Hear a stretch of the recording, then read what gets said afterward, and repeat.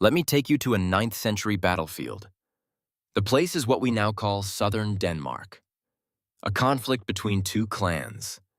Men are running toward each other, shields are crashing together, the ground is soaking through. And some of these warriors know something with complete sincerity, something that would sound strange to us today. If they die this morning, they will be sitting at Odin's table tonight. This was not a metaphor. This was not a consolation. This was a genuine belief. And that belief directly shaped how they fought, how they lived, and even how they died. Valhalla has become a brand in modern culture, on beer bottles, movie posters, video games. But that familiarity has done something deeply misleading to us. It has prevented us from seeing how dark, how internally consistent, and how functionally effective the real belief actually was. What I want to tell you today is what lies behind those bright images. First, we need to understand this. The belief in Valhalla did not emerge by accident. It did not grow in a vacuum. It was born from a specific geography, a specific way of life, and a specific struggle for survival. Think about Scandinavia. Short summers, long and brutal winters, soil insufficient for farming. The sea, both a means of livelihood and a place of death. Epidemic disease, child mortality, famine, each of them an ordinary part of daily life. The people living in this world had a question. It was an ordinary question, but the answer mattered enormously. Why should I fight? Why should I step forward? Because fighting meant dying, and dying was terrifying. But the answer given to that question, which is to say the belief in Valhalla, removed fear from the equation entirely. Death was no longer an ending. It was a transition. And that transition belonged not to ordinary death, but to death in battle. Now let us look at the belief itself, because you are about to encounter something far more complex and far more grim than most people realize. In Scandinavian cosmology, death did not have a single destination. On the contrary, the manner of your death determined where you would end up. That is a crucial distinction. Warriors who died in battle were chosen by the Valkyries. The Valkyrie is usually depicted as a winged female figure, but their actual function was far more cold-blooded. They were selective beings who decided who would die on the battlefield, operating on Odin's behalf. Some of those chosen went to Valhalla, but not all of them, as I mentioned. The other half of the dead went somewhere else. To Folkvanger, Freyja's domain. This was also an honorable destination, but it was nowhere near as celebrated. History almost never tells us about Folkvanger, because Folkvanger was not the functional core of the belief. Those who were not chosen for Valhalla, meaning those who died of illness, those who died of old age, or those who experienced what was called a straw death, went to hell. Hell does not resemble hell. It is not a place of pain, but a place without color. Pale, silent, frozen. The spirit of the dead does not cease to exist there, but it does not truly exist either. It simply waits. That three-part structure carries the essence of the belief. The manner of your death determines where you will be forever. Let us enter Valhalla itself. In Old Norse sources, Valhalla means Hall of the Fallen. It is located in Asgard, the world of the gods, Odin's palace. And this palace was designed to keep the perfect warrior occupied for eternity. During the day you fight. In the afternoon you die. In the evening you are resurrected, your wounds close, and you take your place at Odin's table. Then every morning the same thing begins again. This cycle tells us something far deeper than an ordinary reward system. The warriors in Valhalla were not there simply to rest. They were preparing for Ragnarok. Ragnarok is the final war between worlds. That last day when the gods, the giants, and the entire cosmos crash into one another. And what Odin needed for that war was as many warriors as possible. The dead collected from the battlefield each day were an army being accumulated for that final day. This casts Valhalla in an entirely different light. The dead warriors were not resting heroes. They were soldiers in training, a force preparing for the ultimate confrontation still to come. Valhalla was not a paradise of reward.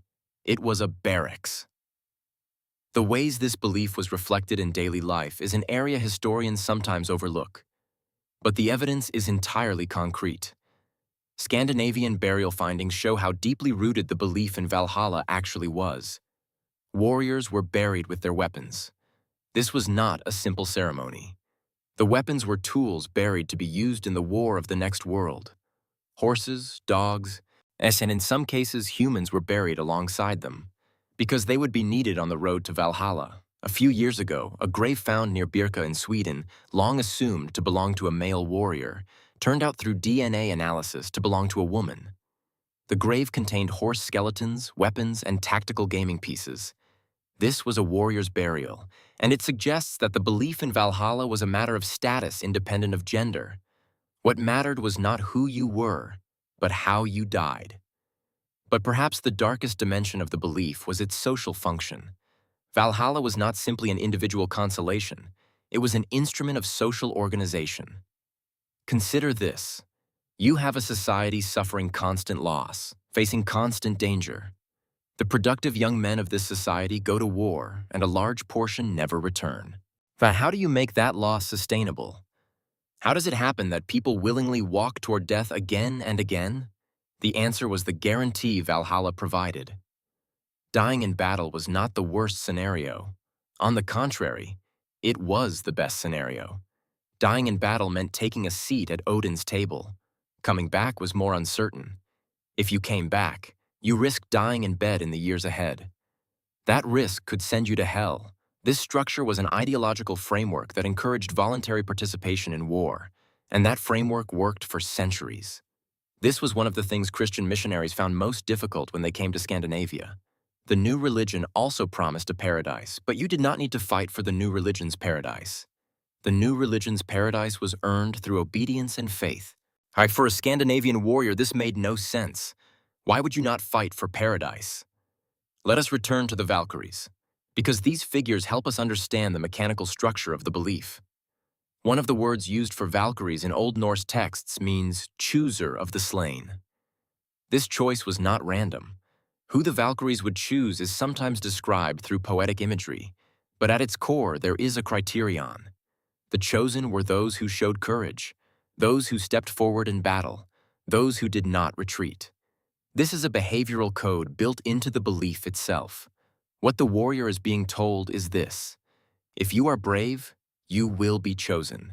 If you are a coward, you will not. A coward's death, meaning an arrow taken while fleeing or a sword blow received while surrendering, did not take you to Valhalla. This is the functional core of the belief. It did not guarantee death. It guaranteed how you died. And that difference directly altered the decision-making of a Viking warrior. Retreat and perhaps survive, but eventually die a straw death and go to hell. Or step forward, perhaps die, but take your seat at Odin's table. The second option looked far more appealing. If you want to trace this belief to its source, the Eddas are the starting point. The Prose Edda and the Poetic Edda were written down in Iceland in the 13th century. This means they are written reflections of much older oral traditions. We cannot say with certainty how many centuries back they reach, but the language of some of the poems points toward layers that are far older. In these texts, we encounter physical descriptions of Valhalla, a vast hall with 540 doors, through each of which 800 warriors can pass simultaneously. These numbers are not meant to be realistic, of course, but they carry a symbolic message. Valhalla is not a small and exclusive club, but an immense and all-encompassing military camp. Odin is both the host and the general of this camp. And Odin himself is no ordinary god. He is the god of wisdom, war, and death. Combining those three in a single figure says something meaningful on its own. For the Scandinavians, war was not raw savagery, but a complex phenomenon requiring intelligence and strength. But perhaps the least told dimension of the belief is its transformation during Christianization. As Christianity spread across Northern Europe in the 11th and 12th centuries, the belief in Valhalla did not disappear entirely. It transformed. That transformation took several different forms. In some regions, Valhalla figures began to overlap with Christian saints. The function of the Valkyries began to resemble the function of angels. The image of the warrior who dies in battle and goes to paradise existed in both traditions, so bridges were built. The ideology of the Crusades is one of the most transparent examples of this. Dying in battle in the name of God guaranteed heaven. This was the Christianized form of Valhalla. Christian historians generally resist acknowledging this parallel, but structurally the resemblance is unmistakable. In other regions, the belief in Valhalla went underground. It was no longer spoken of openly, but it continued to live. It left traces in folk tales, in local ceremonies, in burial customs. This is one reason Scandinavian identity has so many layers. Two different belief systems lived side by side there for centuries, and at times blended into one another. When we look at Valhalla today, what do we see? Popular culture has turned it into an aesthetic object. Viking helmets, runes, Mjolnir necklaces, and hoodies with Valhalla written on them. The vast majority of these images are modern reinventions with very little connection to the original belief. But beneath that consumer culture, the old question is still sitting there. Why do people need a narrative that makes death meaningful? Valhalla was an exceptionally original and exceptionally functional answer to that question. It did not deny death. On the contrary, it placed death at the center and loaded it with meaning. Yes, it redefined the worst thing, death itself, as the best thing. This is not a simple belief system. This is an entirely coherent answer to one of the most fundamental questions of existence. One final thing needs to be said. Valhalla was real because it was real to those who believed in it. The historical evidence, the archaeological findings, and the written sources tell us this. The belief changed people's behavior. It influenced how warriors fought. It determined how the dead were buried. It shaped how societies organized themselves. The reality of a belief is measured not by its objective truth, but by its effect on living people. Measured by that standard, Valhalla was completely real. And behind that reality stood cold-blooded goddess figures making selections on the battlefield. Deaths that turned into endless feasts by nightfall, and at the end of every day, that great final war waiting for all of them. Ragnarok had not ended. It simply had not come yet. If this story affected you, there is another one directly connected to it. How the other gods of the Scandinavian belief system, Loki in particular, functioned within this cosmology and what Ragnarok actually means. That video is on screen now. Subscribe if you want more of this kind of content. Every week I open up the layers of history that sit just below the surface.